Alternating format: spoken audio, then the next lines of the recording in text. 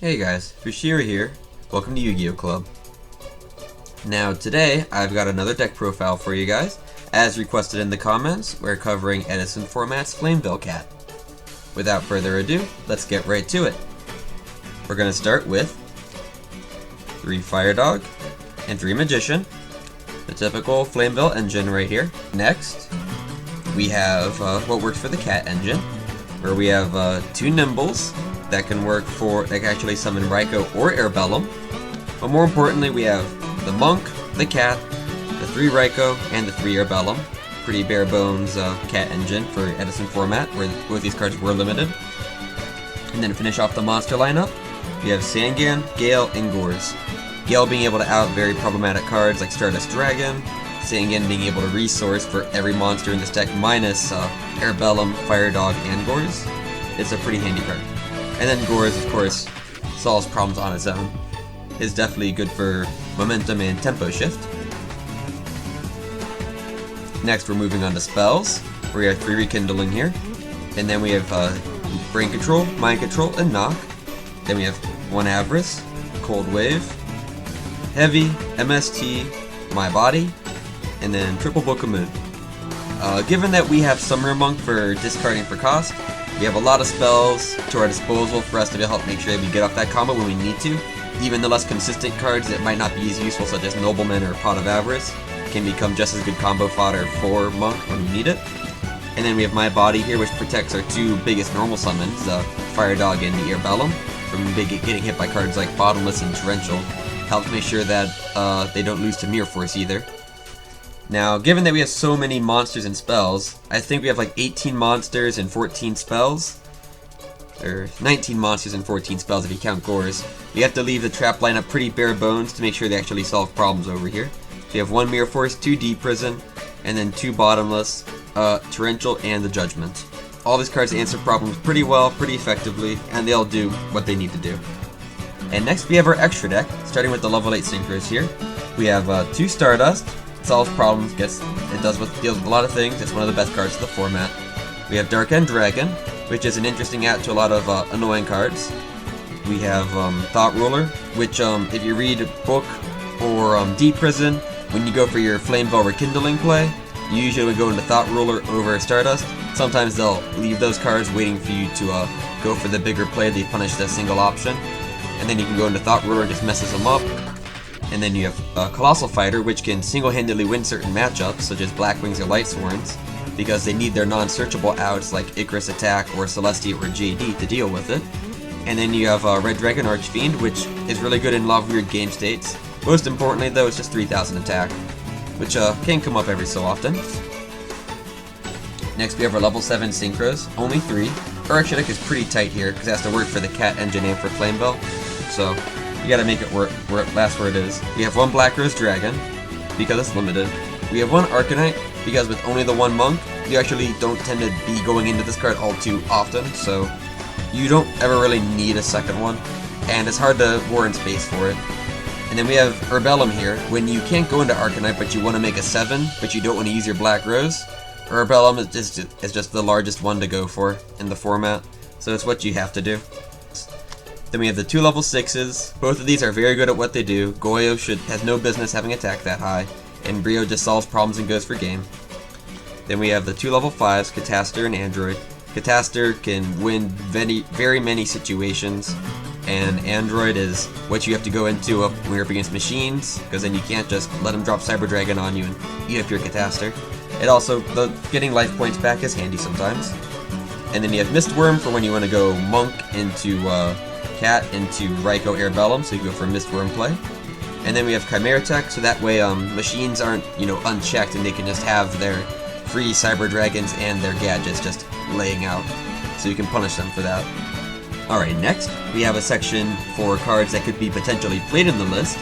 Now, given that this specific deck, Flamvell Cat, is relatively untested compared to Cat decks and Flamvell decks, I feel like there's a lot of potential cards that are worth talking about with this format, so I've got this broken into 2 sections. One with cards I think have a pretty sound argument for being played in the deck, and then ones I feel that don't have as much, and we'll get into those later. We're going to start here with what I think should be played in the deck, and I'm still looking for a slot to put in, and that's Kai's here. I think Caius is really good for the deck because of its ability to solve problems when you need it. It's a very good card. The only downside is that there are many situations, many game states, where you're losing, or where both you and your opponent are top decking. It's a very simplified game state, and this card just does absolutely nothing. It's stuck in your hand, and you can never keep a monster on the board for more than one turn, so your Caius just never sticks. And that's always a big problem, but I think trying to fit in one wouldn't be so hard. Next we have the Cyber Dragon over here. I think Cyber Dragon is sort of in the same boat, where it solves a lot of problems. It definitely helps with those machine matchups because your own Chimeratech becomes so much better. It works with Gale and Airbellum to make level 8 synchros. That's really valuable. It has a lot of good things about it. Again, just if you're winning, or if you're in a simplified game state where neither you and your opponent are keeping cards up, like, this card just doesn't do anything. But I think these are cards that could definitely be played, as well as the next ones. The Gravekeeper engine is insane, where you're going to be playing 2 or 3 Spies and a Descendant. I think it gives you extra bodies on board, it gives you more fodder to work with, it gives you extra removal via Descendant, it gives you just extra monsters that are, you know, keep staying on board and giving you synchro fodder. It helps make all those tuners be able to have something to work with. Because this deck sometimes you'll be drawing too many tuners and you can't really use them that much. That's why you both play like the Mind and the Brain Control, because like they help with that. But these cards are also really good at doing that because they stay on the field. They also make cards like Caius better. The only downside is like this deck's really tight on spots, and right now it's like we're committing to the Flamvell engine, we're committing to the Cat engine. Fitting in any cards that don't directly help those, I feel sort of takes away from the consistency of what we're trying to do with this deck, because this deck is only trying just to do those plays. So I'm still not really sure how I want to fit this in, because if I wanted to fit this in, I'd likely want to fit in other cards too, such as Caius. But that's even more slots to take up, which again just warps with the numbers of how the deck works. There's also cards like Mystic Tomato, where this card fits in a bit more closely with the deck, because you can summon off of it the Gale, the Monk, or the Sangan, which then Sangan itself can search for almost any combo piece you need. Again, it's just another summon that just is not always there what you need it for. Mid and late game, it can be completely worthless. It's very middle of the road. I really like this card though, and that's why I have it in here, because I think it is a card that, like, if someone played it, I wouldn't be surprised. That's why it's here.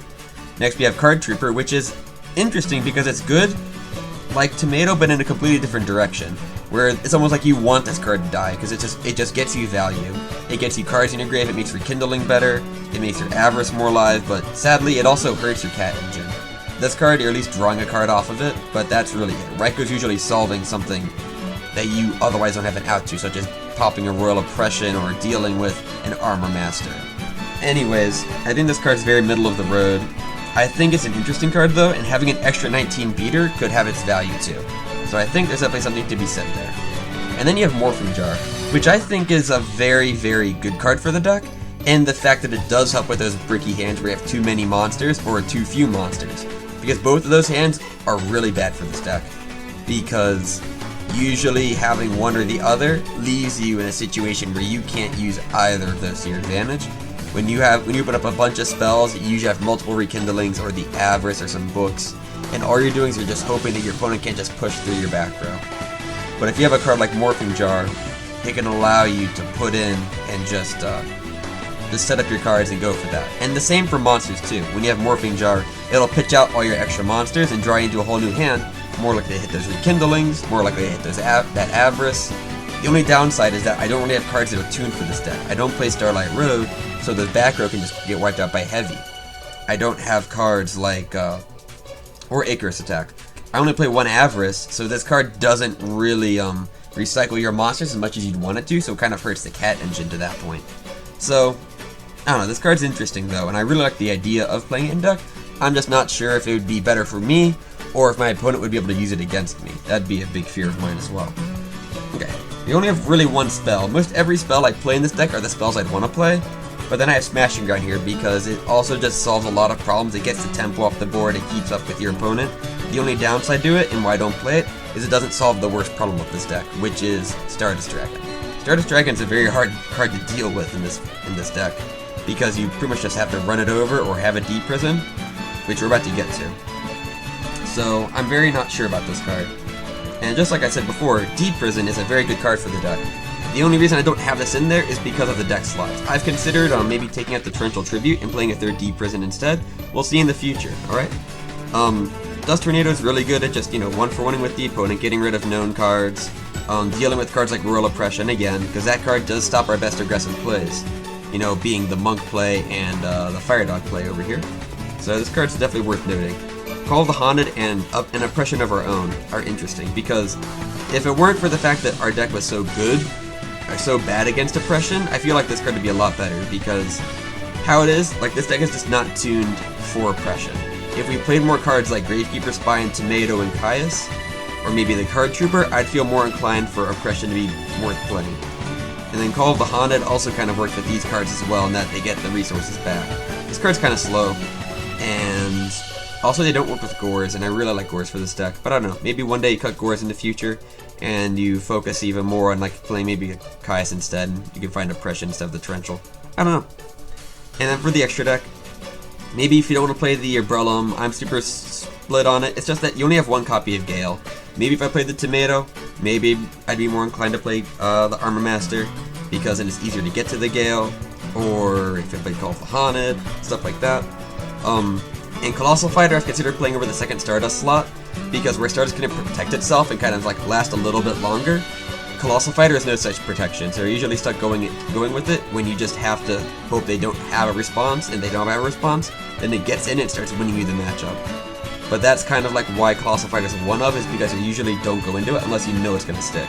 Whereas if you had a second one, you'd be able to be a little bit more reckless with it. Alright, next here is another list of cards. These are cards I don't feel are as well suited to the deck, as opposed to the previous list, which were cards I think have pretty good reasoning, and I'll talk about why my reasoning, or maybe if you should play them, as I go over them here. Catastor I feel is too hard to get off because this deck isn't necessarily fast. You have to be loading up your graveyard with, you know, Ryko or like your 1 of 3 dark monsters. If you play the Gravekeeper engine, I feel this card would definitely be a little bit better though. But I'm still not so sure about it. A Dark Arm Dragon, again, not consistent enough with the darks, and we don't really like removing our grave anyways. Plague Spreader Zombie, you have enough tuners in the deck. As much as I do like this card for just, you know, getting there as a monster, we're plenty fine on tuners. Dark Panther I considered having in the other section, whereas like, because this card does solve a lot of unique problems, because you can summon it off of Cat, you can go for level 6 Synchro, that's nice. You can also summon it off of Super-Nimble, and then you can flip summon it next turn, and then you can copy a problematic card like Stardust Dragon or Judgment Dragon. Allure of Darkness, again, not enough darks. If you play the Gravekeeper engine, it might be a different story, but as it is, I don't think you should be playing this card unless you play like at least 8 or 9 darks in your monster lineup. Next, I have Foolish Burial. There's no cards in this deck that you like directly get value off of, such as in like Quick Draw, where you can send Dandy, or if you can send like Debris Dragon targets. So I don't think this card is really worth playing. A second Avarice, I just don't think that you really want to be drawing it that much to get to it. Like, you already have the 1 Avarice, and it's usually not live. So many times I've bricked with Avarice in a losing hand. I've wanted to cut it so many times because of that. Gold Sark is a very middle-of-the-road card. Like, it's not bad at getting what you need to get to, it's just that when your opponent knows you're going to have it, they can usually like play their hand around it because this format's not that fast. It's not like you're adding Judgment Dragon, and like you just know they just don't have an out for it. So, this card I'm not really a fan of it. I don't like Giant Trunade, because whereas Cold Wave allows you to just pop and remove all the cards that are giving you problems as you go for your monster plays, Giant Trunade just does not help you deal with it. Heavy Storm removes cards at least. This card doesn't remove anything. All it does is out Oppression, which is nice, but I just don't think it's good enough to warrant playing. Unless they like to take out the Cold Wave, because Cold Wave does hurt Rekindling, that's for sure. But usually our monsters will keep us there enough to do it. Enemy Controller just doesn't really do enough. It's just turning the defense is like a pseudo Book of Moon. It's not bad. Taking control of the monster is nice, but having your own monster is usually not the easiest thing to do. Usually for sacking our own monster, we don't have anything to do with the monster that we take, because it's hard to get 2 monsters at once in main phase 1. So at that point, it's just a bad Book of Moon, or you could play another card like another Deep Prison instead and just deal with monsters more effectively. In Scapegoat, if this deck did not play so many monsters that just stuck on the field and just got another one out with them, I think this card would be a lot better, because then at that point the only downside is it loses to Oppression. But this card's really interesting, especially because we do play the level 4 tuner. So that means that like you can chump an attack with a token next turn, go for a level 7 synchro. I do think there's some good value in that for sure. So I think this card's interesting, but I just don't feel like it comes up enough to warrant playing it, even with the discard fodder from Monk. And then these trap cards, mostly I don't play them just because they're not live enough. I never ever want to brick on Trap Dust Shoot in this deck. I'm very afraid of consistency, so like I try to make sure that every card in here just does as much as it can. There are just better spells and traps that we can play instead of this. The hand knowledge is insanely powerful, I get that, but I just don't think this card is just good enough, like in mid and late game, to warrant playing it. Compulse just doesn't do enough. It outs Stardust Dragon, but so does that 3rd D prison that we're not playing either. Threatening Roar, while always being chainable, is nice, especially with Cold Wave. I don't think this format is consistently fast enough. We're not at Fear of Dark Strike Fighter like we are in 09, so I don't think this card's worth playing. Starlight Road, though, is very tempting. I'd rather just play the spell version in my body, because my body also sort of like fits the same role, and I don't really feel like fitting 2 of those cards in this deck is really necessary. I'd rather keep the green card that makes Summoner Monk a better card, so Starlight Road is kind of the weak one in that option. A second Arcanite is only, again, really good, just like these cards, if you play the Gravekeeper engine, and until I fit the Gravekeeper engine, I'm not really going to think about putting in cards like these yet. Urukizos, though piercing is nice, you'd rather just have a card that can run over Stardust, and then I just don't play Gaia Knight because there's not enough room in the extra deck. I'd much rather fit in that second Colossal Fighter or the Armor Master before I'd fit in this, because it's just hard to make, you know, cards that are level 7 or 8, because that's what this deck is really good at doing. Alright, in this segment, I'm going to show you the basics of how to play this deck, following some very certain guidelines on how to sort of like sequence out your plays and your combos. So this Flamvell cat, so like I said, we're trying to resolve either the cat engine or the Flamvell engine. And you'll notice like we have the cat play, which can, you know, come off of Monk, or you can search for it off of Sangan to help summon these two, so you can go for your synchros. If you go off the Monk play, which is what you usually want to do, so you're pitching a spell, you get that, you can go for level 7 synchro or level 9 synchro. Or maybe you can always do cat, and then you summon a Ryko and your Airbellum, and you just tempo, just hit with the Airbellum. Maybe you book your Ryko if you want to keep for a pop for next turn. These are all plays that are potential. And then you can always use Super-Nimble over here to actually tutor out one of these 2 cards, depending on what you need. 90% of the time, 95 really, you're going for Ryko, but sometimes you do want to go for a tuner. It is nice to know that Super-Nimble can go for a tuner or a non-tuner, just as Sangan over here can search for a tuner or a non-tuner, and that it can search for Flamvell Magician, or Gale the Whirlwind, or it can search for cards like Super-Nimble, or even search for cards like Cat or Monk, if you really want to. Mind Control is also really good for taking your opponent's monsters and using your tuners, because again, you play 7 tuners in this deck, so when you've got 3 Magicians, usually you just don't really know what to do with them. Well, cards like Brain Control and Mind Control definitely help with that. Firedog is your other really good normal summon along with these, because it just helps deal with opponent's boards. If you don't have a really good turn 1 summon, if you don't have a good turn 1 set like Ryko, just summoning a Firedog and just forcing them to like try to out it is really nice, because 19 is sort of the magic number in this format. That's at the point where you have a lot of attack, because it runs over most any monster in this format, except for like, you know, Doom Caliber Knight. It runs over like pretty much anything else. And of course Rekindling is really good for getting these cards back, because after you hit the attack with the Firedog, you get the Magician, you go for the main phase 2 synchro, which is always really nice. And then there's cards like Ryko that mill the cards into the graveyard for Rekindling to grab. And then of course you can always Avarice any of these cards back whenever you need to, which is really handy. That's sort of the main plays. Now let's get to some test hands, and let's see what we run into. Alright, and for this final segment, we're going to test out some opening hands, and I'm going to see just how they sort of sequence out, and I'll talk about what you want to do in certain matchups to help you get an idea of how this deck sort of plays out. Alright, cut the deck. Take 5. Let's see what we got. Alright, well this is pretty obvious. Ooh, with that Ryko. I feel like this turn 1 Ryko is going to be the good play no matter what, because we have a lot of backup. We could potentially be going in for a very aggressive turn 2 play here with the Firedog and Judgment to back it up. That's very powerful. Normally opponent's not going to be so very aggressive in this format, because it is a very safe format, but this is a deck that can allow for a lot of aggression. I feel like that's definitely the right way to go. If we're going second here, you don't really want to open by just going with that Firedog in, because you're opening up to every back row in existence. You might want to go for the Ryko set with a Torrential, because this will allow you to cover sort of any sort of aggression that they're going for. If they already have their turn 1 set, then I don't think you'd want to set the Ryko, because they might just be able to Ryko you right back. But if they are, luckily we have the knock that covers that. That's why this card's so nice. It definitely helps you go second a lot. So that way you can hit their back, you can hit their monster without committing your more aggressive plays. Alright, let's look at the next hand. Well, immediately I see a pretty good play. Well, this is really depending on the matchup now, isn't it? Because you could just, depending on what they have for their turn 1, like I said, if you're up against Blackwings, you have like the auto win right here, which is just take their monster and then drop the Gale next to it, make Black Red Dragon. That feels pretty good. We also have Cold Wave into Cat or Firedog, depending on whatever suits your fancy. We do have a Book of Moon here, so that can help you get over almost anything, because you can just do Cold Wave, Chain Link 2 Book, stuff like that.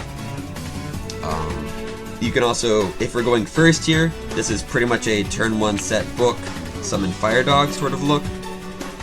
And then next turn you can go for your Cold Wave and Cat play, or Cold Wave and Whirlwind, Cold Wave and Gale, depending on what you need to go for. Alrighty, let's look at the next hand. That was pretty aggressive. Alright. Well, here we go. Here's those monster heavy hands I'm talking about. Well, there's the Avarice though. That's nice. Well, this looks pretty terrifying. Luckily, we've got a lot of cards that kind of work together here to make up for it. So Ryko's a very good turn 1 summon here. If we're behind on the clock, and so like let's say we're going second, we have Mind Control that can take any sets that they may have or any face-ups, and then we have the Magician right here to counter it. So now depending if they have the Judgment and they want to let it rip on you, it's always hard to tell with that turn 1. I'm not sure if you want to Mind Control their monster first and then normal Magician, have the Magician get Judgmented, or if you summon the Magician and then you Mind Control. I'm not quite sure which is the correct play. Either way, you won't be getting off the synchro. So I feel that it's almost better to do the summon first, you have a body on board. So I definitely start with that if you're going second. If you're going first, you're just doing Ryko, and we're just chilling. We got Rykos for days. If you feel that you're able to go open for an attack, it's good to always get in Magician. You don't mind if this card dies, because you can always Rekindling it right back. And then Avarice will hopefully get us there, and without sacrificing any of our really good pieces. Alright, let's go for our next hand. Well, there's a Monk. Alrighty, and we have a... You see? This is the whole reason why Flamvell Cat works in theory, is that we have Monk. You can always pitch Rekindlings if you ever don't need them. But we do have the good turn 1 right here of just setting Super-Nimble.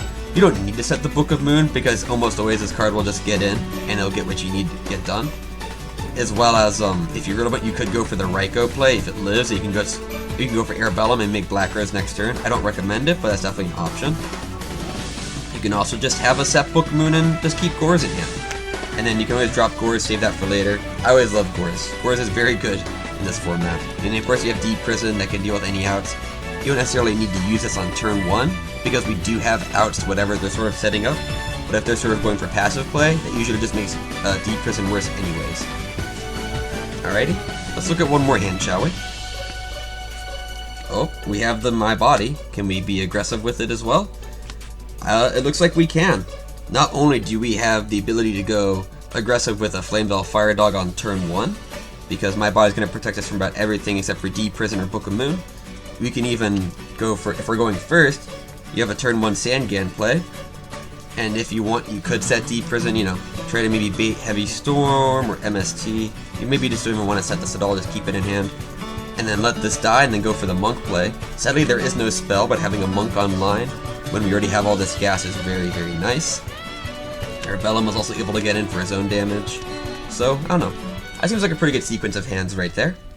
Alrighty, so that's it for the deck profile, everyone. Thanks for watching. I'm glad you made it this far. Leave any comments on any ideas or thoughts and opinions about the deck in the comments below. I'll read all of them and I'll respond to as many as I find a way I'm able to. Leave also any suggestions for what you want for the next profile to be. I'm going to try to do these once a week while I have the ability to. You know, it's a little hard to make time for all the editing and all the recording. Like, there's like a 35-minute recording. So, we'll see. But hey, this is Fushiro.